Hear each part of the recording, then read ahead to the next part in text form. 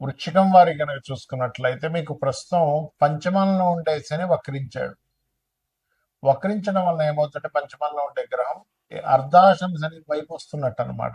శని అయితే పూర్తిగా రావట్లేదు, మీనంలోనే ఉంటూ వక్రగతిలో ఉంటుంది. ఒక్కోసారి ఏమవుతుందంటే గ్రహం కంప్లీట్ గా మనకి చతుర్థంలోకి వచ్చేస్తుంది, అలా రావట్లేదు కాబట్టి కొంతవరకు పర్లేదు.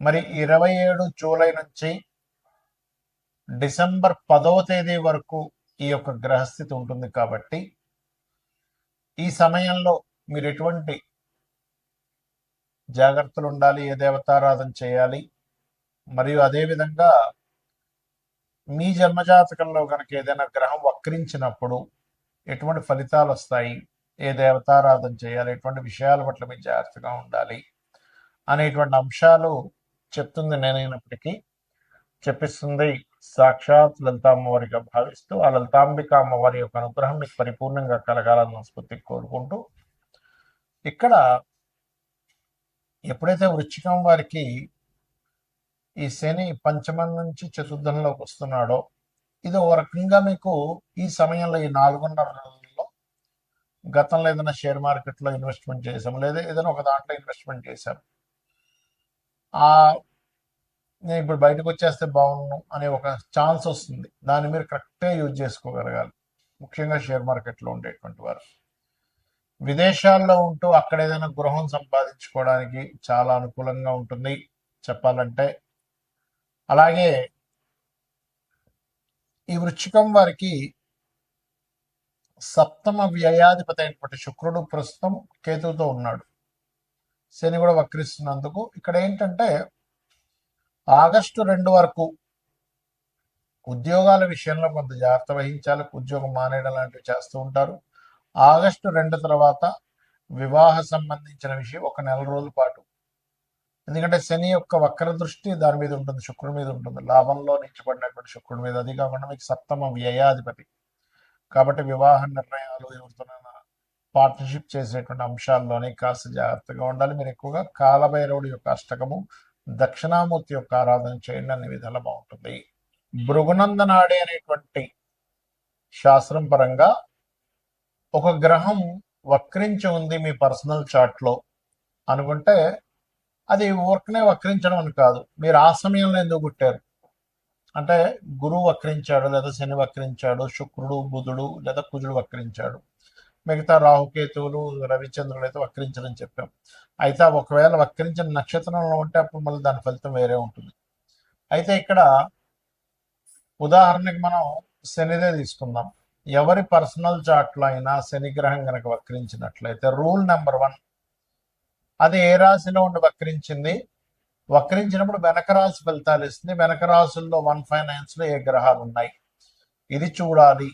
దీనివల్ల మీకు ఆ వక్రించడం వల్ల సహజంగా ఏంటంటే మనం చూడండి, ఏదైనా శని ముఖ్యంగా అందులో పర్టికులర్గా శని భగవానుడు కనుక వక్రించినట్లయితే మీరు కెరియర్ కోసం మీ లైఫ్లో ఒక మంచి కెరియర్ రావాలంటే ఉన్న ప్లేస్ నుంచి మారాలని చెప్తుంది.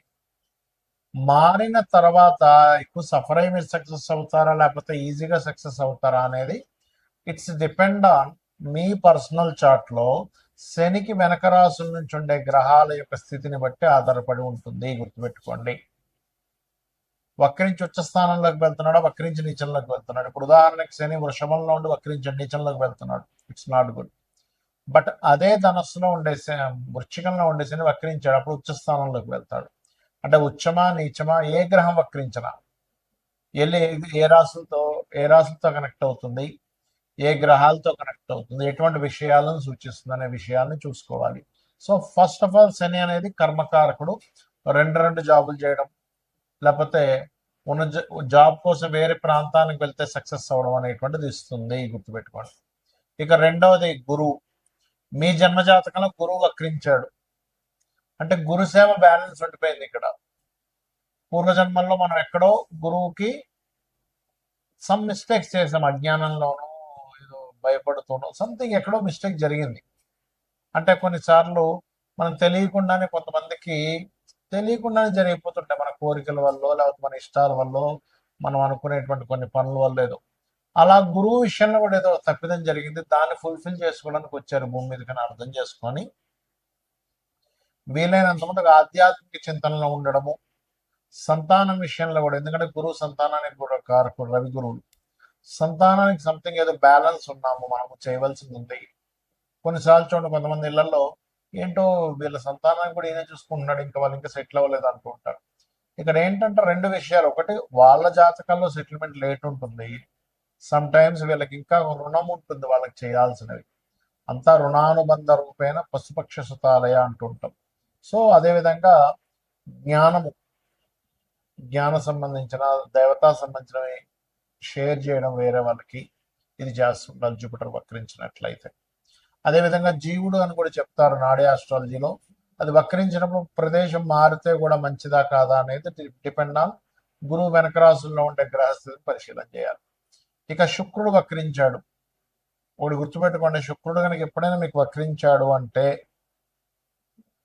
మీ యొక్క జీవితంలో వివాహం అనేటువంటి విషయం ఖచ్చితంగా అది సప్తమంలో ఉండి వక్రించినట్లయితే వివాహం విషయం ఒకళ్ళని అనుకొని మిస్ అయ్యి మళ్ళీ ఇంకోళ్ళు చేసుకోవడం జరుగుతూ ఉంటుంది. అరే అనుకున్నామండి, దగ్గర దాకా అనుకున్నాం, మిస్ అయిపోయింది. లేకపోతే ఒక్కోసారి వివాహం అయి కూడా మళ్ళీ వాళ్ళు వద్దని కూడా వదిలేయడం లాంటివి జరుగుతుంటాయి ఎక్కువగా. రెండవది, శుక్రుడు వక్రించినప్పుడు ఆ యొక్క శుక్రగ్రహం వెనక రాసుల్లో ఉండే గ్రహాలను బట్టి మనం అబ్జర్వ్ చేయాలి. అంటే అలాగా శుక్రుడు వక్రించాడు, ఆ శుక్రుడు ఏ గ్రహాలతో కనెక్ట్ అవుతున్నాడో చూడాలి. మంచి గ్రహాలతో కనెక్ట్ అవుతున్నాడు వక్రించి, మీకు లగ్జరీకి లోటు ఉండదు, బ్రహ్మాండంగా లగ్జరీ లైఫ్ ఉంటుంది, ఫైనాన్షియల్ గా మంచి గ్రోత్ ఉంటుంది, రెండు రకాలుగా ధనయోగాలు ఉంటాయి. ఎందుకంటే ఫైనాన్స్ కారకుడు కూడా శుక్రుడు కాబట్టి అలా. అదేవిధంగా బుధుడు వక్రించాడు అనుకోండి, ఎవరికైనా ఎవరి జన్మ జాత చక్రంలో అయినా వాళ్ళ పర్సనల్ చార్ట్ లో బుధ గ్రహం వక్రించింది, అప్పుడు మీరు చేయవలసింది ఏమిటి అంటే ఎప్పుడు కూడా మీకున్న నాలెడ్జ్ని షేర్ చేయాలి. అంటే పూర్వజన్మల్లో నాలెడ్జ్ షేర్ చేయకుండా దాచేసుకున్నారు, ఏదో మీరు మీ ధర్మం నాలెడ్జ్ షేర్ చేయాల్సింది ఏదో వర్క్ ఉంది, దాచేసుకున్నారు. ఎప్పుడు మీరు నాలెడ్జ్ షేర్ చేస్తేనే ఆ కర్మ అనేటువంటి తొలగుతుంది, గుర్తుపెట్టుకోండి. అదర్వైజ్ ఆ కర్మ తొలగదు. సో మీ నాలెడ్జ్, మీరు ఏదైనా ఆఫీస్లో చేస్తున్నారు, కొంతమంది ఉంటుంటారు చూడండి, ఇది ఎలాగో చెప్పంటే నువ్వే నేర్చుకో, నేను ఎందుకు చెప్పాలి నీకు అంటూ ఉంటారు. బుధుడు వక్రిస్తే మీరు అవతల వాళ్ళకి నాలెడ్జ్ షేర్ చేయడం వల్లే మీ యొక్క కర్మ కంప్లీట్ గా క్లియర్ అవుతుంది, గుర్తుపెట్టుకోండి. అదేవిధంగా మార్స్, కుజుడు వక్రించాడు. కుజుడి గొడవలు, లీడర్షిప్స్, అన్నదమ్ములు, వీటిని కూడా చెప్తూ ఉంటారు. బుధుడిని కుజుడిని కూడా అన్నదమ్ముల విషయంలో చెప్తూ ఉంటారు. అయితే ఇక్కడ ఏంటంటే సమ్ పూర్వజన్మల్లో ఉండేటువంటి కొంత వైరాలిటీ, గొడవలు, ఇలాంటివి ఏవో క్లియర్ చేసుకోవడానికి పుట్టాడు ఈ జన్మలో. అందుకే చాలా మందికి గొడవ అవుతూ ఉంటాయి, ఏంటో అర్థం కాదు. ఏంటంటే నేనేమి ఇదవనని అయినా గొడవ వస్తూ ఉంటుంది అంటుంటారు. నేను ఏమి చేయకుండా సైలెంట్ ఇంట్లో ఉన్న మైండ్కి వచ్చి మరి గొడవ పెట్టుకుంటున్నారండి అంటారు. ఎప్పుడు జరుగుతుంది ఎక్కువగా అది, ఆ వక్రించిన కుజుడికి శని సంబంధాలు ఉన్నప్పుడు ఎక్కువ గొడవలు అవుతుంటాయి, లేదా బుధ సంబంధాలు ఉన్నప్పుడు బాగా గొడవలు అయిపోతుంటాయి, వాదనలు అవుతుంటాయి. సో అక్కడ ఒక్కోసారి వక్రించి ఏమవుతుందంటే అదొక మంచి గ్రహంతో కలిసినప్పుడు కొంచెం గొడవలు క్లియర్ అయిపోతాయి, లేదా పూర్వజన్మల్లో అవి జరిగినటువంటి కొన్ని గొడవలు అవి క్లియర్ చేసుకోవడానికి పుడతారన్నమాట ఈ జన్మల్లో. సో వక్రగతి మీనింగ్ ఏంటంటే మీరు మరలా ఆ యొక్క కర్మని క్లియర్ చేసుకోవడానికి పుట్టారు, అది ఏ రకంగా క్లియర్ చేసుకోవాలి అనేటువంటి చెప్తుంది మన ఆస్ట్రాలజీ, జ్యోతిష్ శాస్త్రం. అలాగే ఇక్కడ మనం ఇందాక చెప్పుకున్నాం, రాహుకేతువులు అయితే ఎప్పుడు వక్రించే ఉంటాయి, ఎందుకంటే వక్రగతిలో తిరుగుతుంటారు. గ్రహాలన్నీ మేషం, వృషభం, మిథునం, కర్కాటకం ఇలా క్లాక్ వైజ్ లో తిరుగుతూ ఉంటాయి, రాహుకేతులు మాత్రం యాంటీ క్లాక్ వైజ్ లో తిరుగుతుంటాయి. అంటే మేషం నుంచి మీనం, కుంభం, మకరం, ధనస్సు, వృశ్చికం, తుల, కన్య, సింహం, కర్కాటకం, మిథునం, వృషభం అని ఇలా యాంటీ క్లాక్ వైజ్ లో తిరుగుతూ ఉంటాయి. అయితే వీటికి సహజంగానే వక్ర స్థానాల్లో ఉన్నారు కాబట్టి ఏదైనా వక్రగ్రహం నక్షత్రాల్లో ఉంటే అప్పుడు మళ్ళీ ఇది కొంచెం డిఫరెంట్గా యాక్ట్ చేస్తూ ఉంటుంది. రవిచంద్రుడు కూడా వక్రించిన నక్షత్రాల్లో ఉన్నప్పుడు మాత్రం తల్లికి, అంటే చంద్రుడు వక్రించిన నక్షత్రంలో ఉంటే తల్లికి ఏదో ఈ జాతకుడు రుణపడి ఉన్నాడు, లేదా రవి వక్రించిన నక్షత్రంలో ఉంటే తండ్రికి రుణపడి ఉన్నాడు. తల్లిదండ్రులకు సహజంగానే రుణంలో ఉంటాం మనం, కానీ ఇంకాస్త ఎక్కువ రుణపడి ఉన్నాము, వాళ్ళకి ఎక్కువ సేవ చేయాలి, దానికోసం జన్మెత్తావు, అనే ఒక విషయాన్ని మనం అర్థం చేసుకోగలగాలి. అయితే జాతచక్రం మీకు తెలిసినా తెలియకపోయినా ఎలా ఉన్నా రోజు ఉదయం సాయంత్రం లలిత గనక చేసుకోగలిగితే, లలిత సహస్రనామాలు గనక చేసుకోగలిగితే మన పూర్వజన్మ కర్మ తొలగిపోతుంది. ఖచ్చితంగా మనం ఆనందంగా హ్యాపీగా ఉండేటువంటి లైఫ్ లీడ్ చేయగలుగుతాం. శ్రీమాత్రే నమః.